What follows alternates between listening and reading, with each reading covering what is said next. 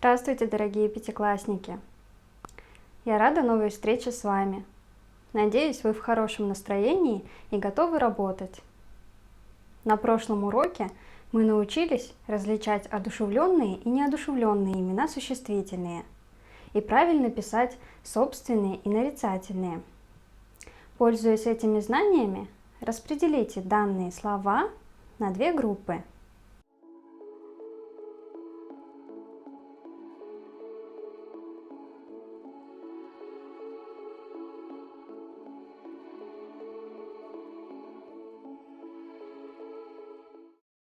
Сколько вариантов у вас получилось? Эти слова можно разделить на одушевленные и неодушевленные. Одушевленные существительные – мама, Анечка, Рустам, папа, мальчик. Неодушевленные – дом, книга, яблоко, полотенце, растение. А можно разделить на собственные и нарицательные. Собственные – Анечка и Рустам, а все остальные – нарицательные существительные. А по какому признаку можно распределить эти же слова на три группы?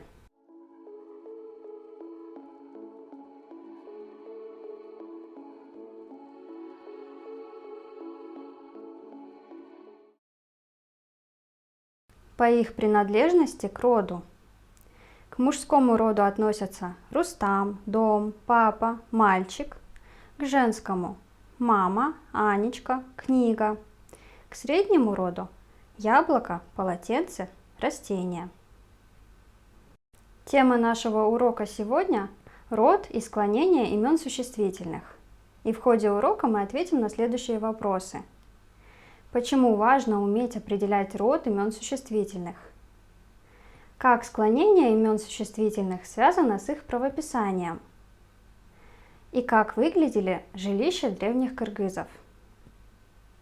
Начнем урок с небольшой разминки. Найдите в каждом ряду лишнее слово.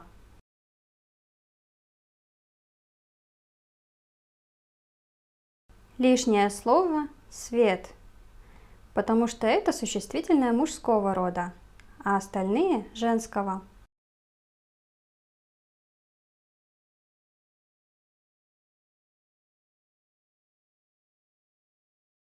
Лишнее слово «девушка», существительное женского рода.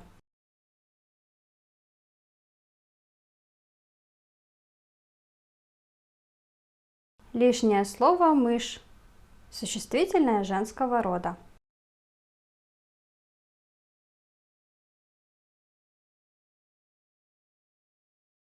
Лишнее слово «картофель», это мужской род.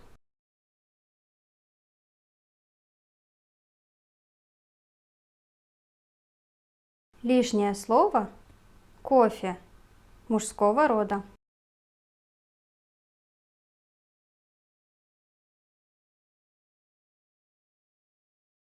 Лишнее слово «тюль», мужской род.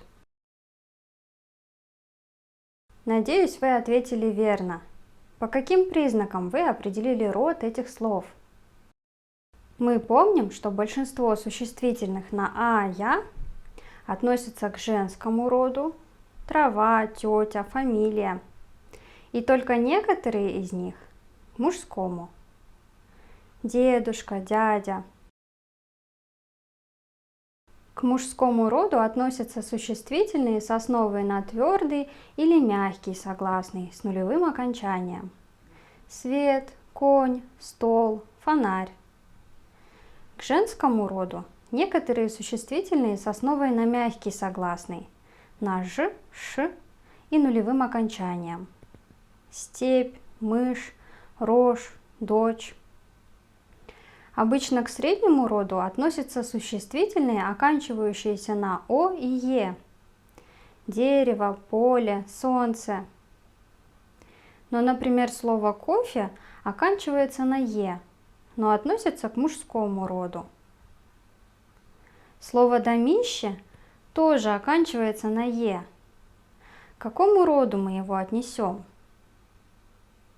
Домище – это огромный дом, значит, к к мужскому роду. В младших классах вы использовали нехитрую проверку. Дерево, оно мое, средний род. Парта, она моя, женский род. Но этот способ работает только с хорошо знакомыми словами. А если у вас возникнут сомнения, к какому роду принадлежит то или иное существительное, вы всегда можете уточнить это по толковому словарю. Род некоторых существительных приходится просто запоминать. Рассмотрите таблицу на странице 159 и выделите в ней то, о чем мы еще не говорили.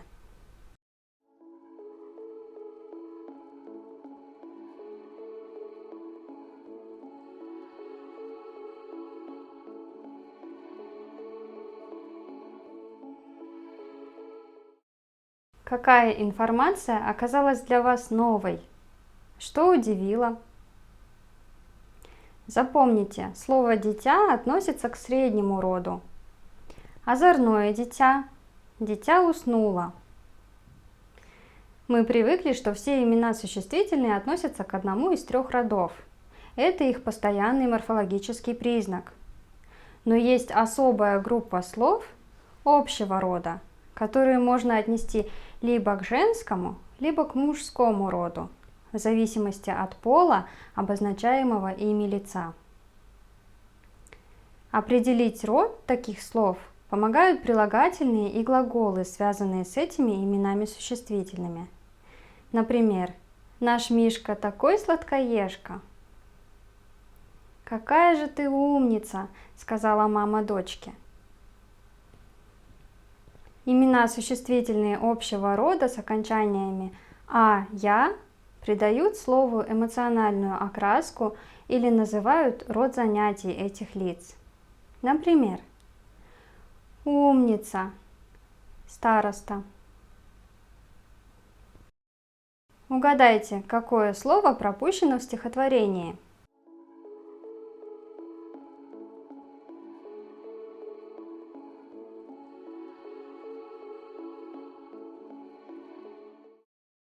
Юля валяться не любит в постели. Соней она никогда не была. Только услышит будильника трели, сразу приняться спешит за дела.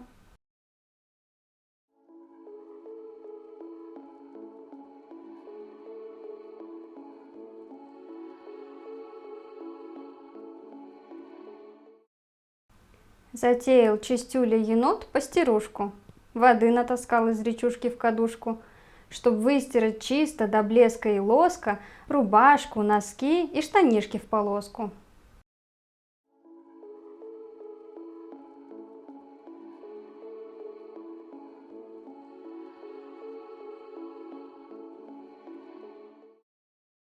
Ах ты, батюшка, январь, ты зимы наш государь, всему году запевала, ярких праздников начало. Почему так важно уметь правильно определять род имен существительных? Для того, чтобы правильно согласовывать их с прилагательными и глаголами в речи. Прочитайте стихотворение Анатолия Лесных. Поставьте слова в скобках в нужную форму, согласовывая их с именами существительными.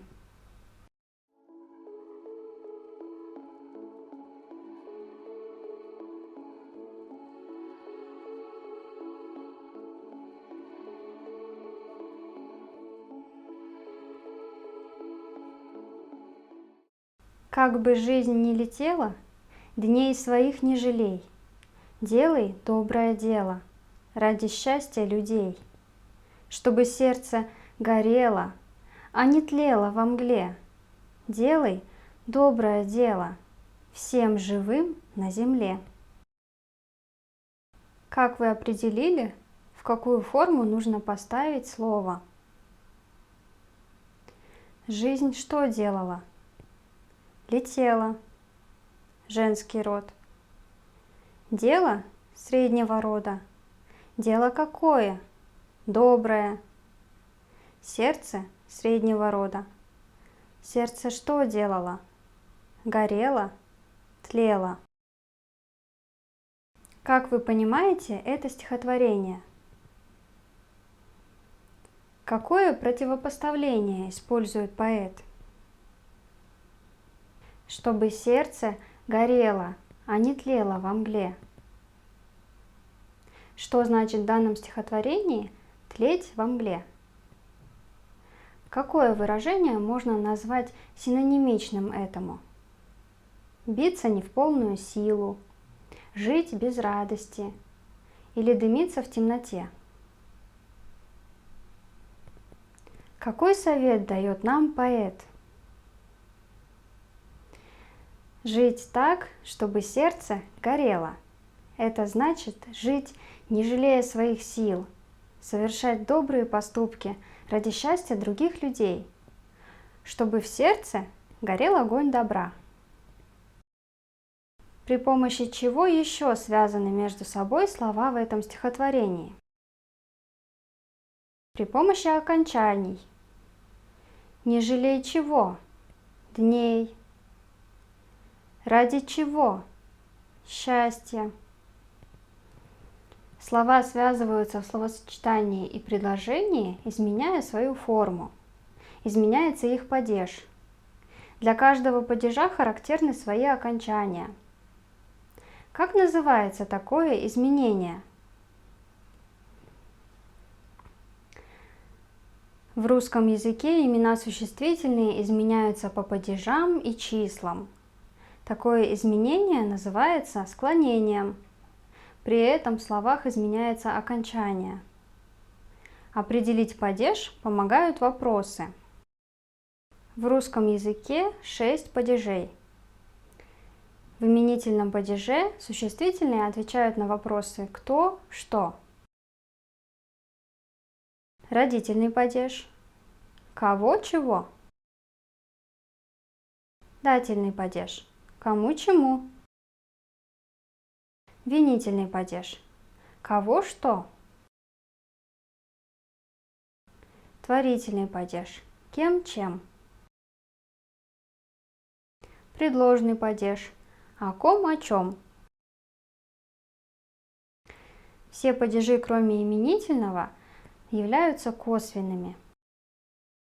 Чтобы правильно написать падежное окончание, нужно определить, с каким словом связано это существительное, и задать от него вопрос.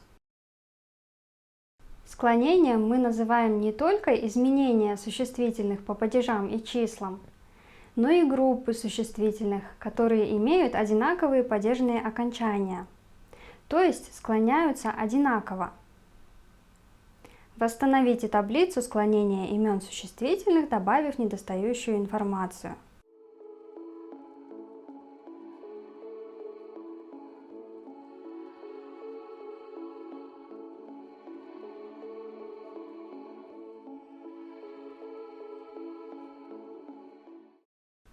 В русском языке выделяется 3 склонения имен существительных.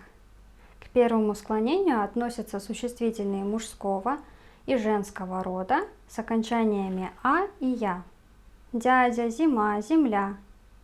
Ко второму склонению существительные мужского и среднего рода с нулевым окончанием или окончаниями «о», «е».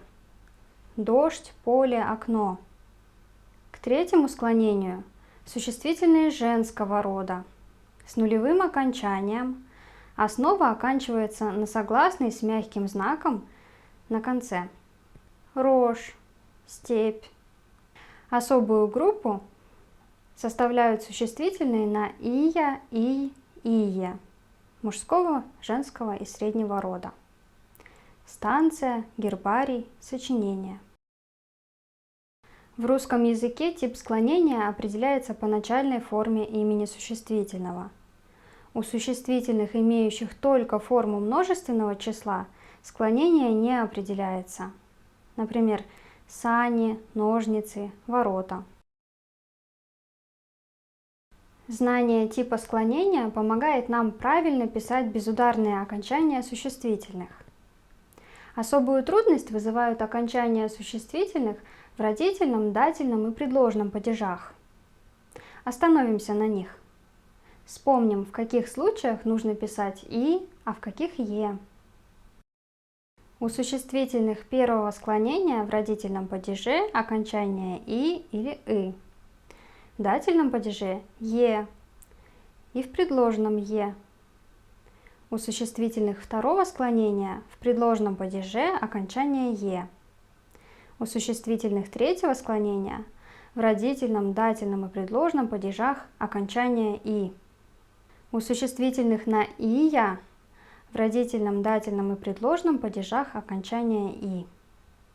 У существительных на «и», «ие» в предложенном падеже окончание «и».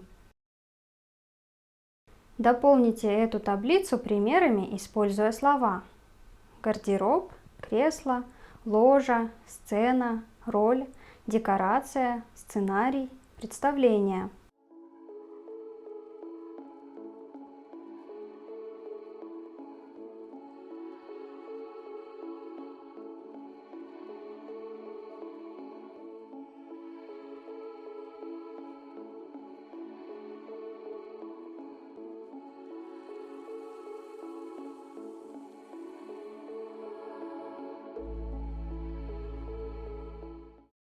Проверим.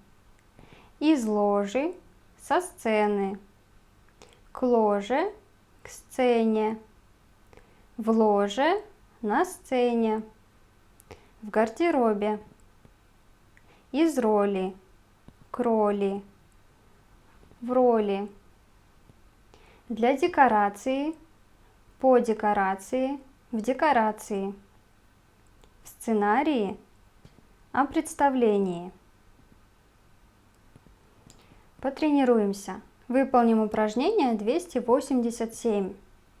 Подберите однокоренные слова другого склонения в том же падеже и числе.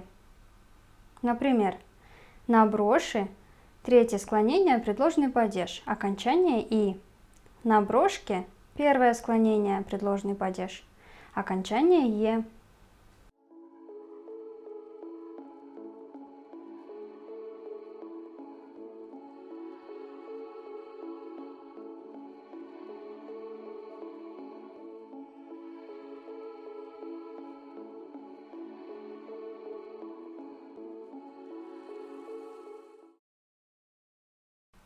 Около постельки окончание «и», первое склонение, родительный падеж.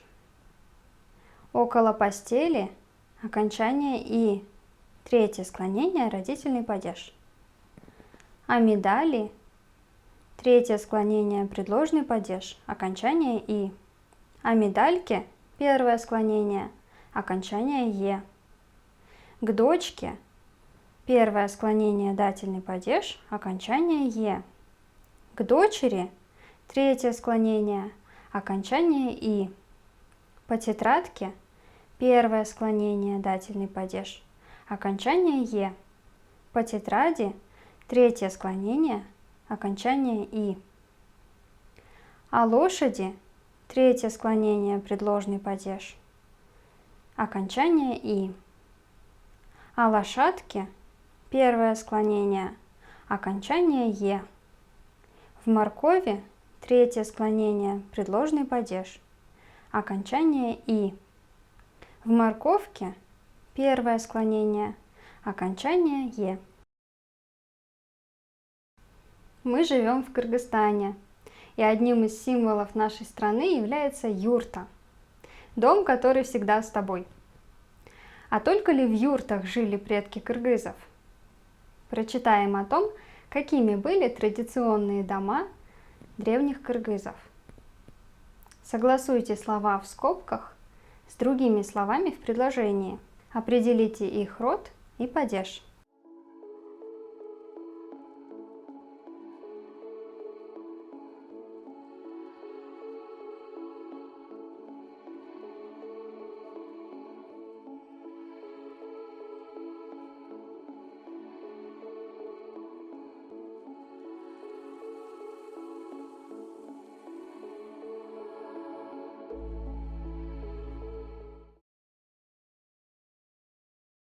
Жилища древних кыргызов. Традиции складываются не за один день. Условия жизни человека играют при этом большую роль. У народов Азии традиционным жильем стала юрта, которую можно быстро разобрать и собрать, чтобы перевести на новое место. Сегодня легко можно купить мебель и ее атрибуты в любом городе, любой страны. Раньше кочевникам все приходилось изготавливать самим. Женщины ткали ковры, шили одеяла и циновки. Мужчины изготавливали предметы из дерева, например, сундуки. Массивные вещи кочевым жителям были ни к чему. Жилища и мебель оседлых кыргызов немного отличались от кочевых. Так как оседлым жителям не нужно было часто переезжать, они строили саманные дома. Вдоль стен располагались сундуки, а в середине комнаты стелился ковер. На стены вывешивались вышитые ковры. Какова основная мысль этого текста? Условия жизни определяют выбор жилища. Человек обустраивает свое жилище так, чтобы ему было в первую очередь в нем удобно и комфортно. Обстановка дома зависит от образа жизни человека. А какая обстановка в вашем доме? Что, по-вашему, повлияло на ее особенности? Связано ли это с вашими национальными традициями или семейными традициями? Или местом, где вы проживаете? Или вашими предпочтениями? Подумайте, что об этом вы можете рассказать. А вот идея для креативных пятиклассников. Создание новой книжки-малышки. Озаглавьте ее «Мой дом» и расскажите об особенностях своего дома. А о том, каким был традиционный русский дом, вы можете прочитать в тексте упражнение 291. Запишите домашнее задание. Упражнение 291. Разделите этот текст на абзацы и запишите один из них, раскрывая скобки. Укажите склонение и падеж слов в скобках. Подведем итоги урока. Сегодня мы ответили на вопросы. Почему важно уметь определять род имен существительных? Как склонение имен существительных связано с их правописанием? Как выглядели жилища древних кыргызов? Большой или маленький? В городе или в деревне? Многоэтажный? С садом или без? Не это главное. Главное, чтобы ваш дом был уютным, чтобы в нем царили уважение, взаимопонимание и доброта. Спасибо за внимание. Всего вам доброго. До свидания.